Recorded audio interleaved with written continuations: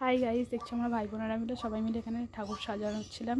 তো আলপনা দেওয়া প্রায় কমপ্লিট, ঠাকুরকেও সাজানোও কমপ্লিট। রাত 10টা বাজে প্রায়। তোমরা সবাই কেমন আছো? খুব ভালো আছি। আজকে একটা স্পেশাল দিন আমাদের, যেটা হচ্ছে সরস্বতী পুজো। আর আমাদের বাড়িতে ছোটোর থেকেই সরস্বতী পুজো হয়।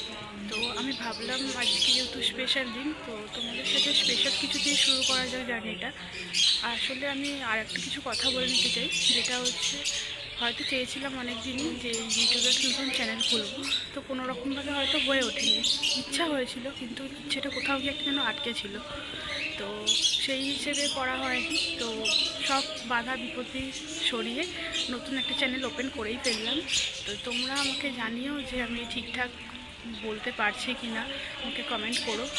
আর আমি শুধু এটুকুই বলবো যে তোমরা যারা আমার বড় আছো তারা আমাকে আশীর্বাদ করো, যেন আমি চ্যানেলটা গ্রো আপ করতে পারি। আর যারা ছোটরা আছে তারা তো ভালোবাসা দিও।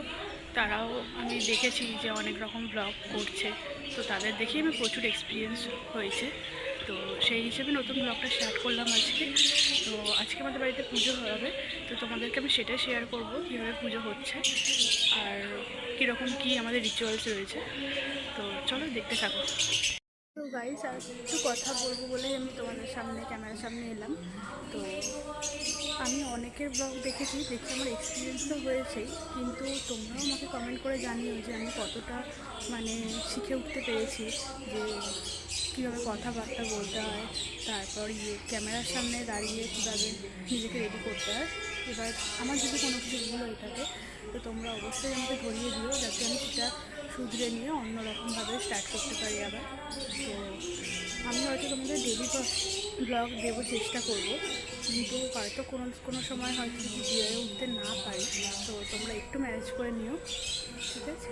তো চলো আমাদের বাড়িতে সরস্বতী পুজোটা তোমাদের সাথে শেয়ার করি, তোমাদের দেখাই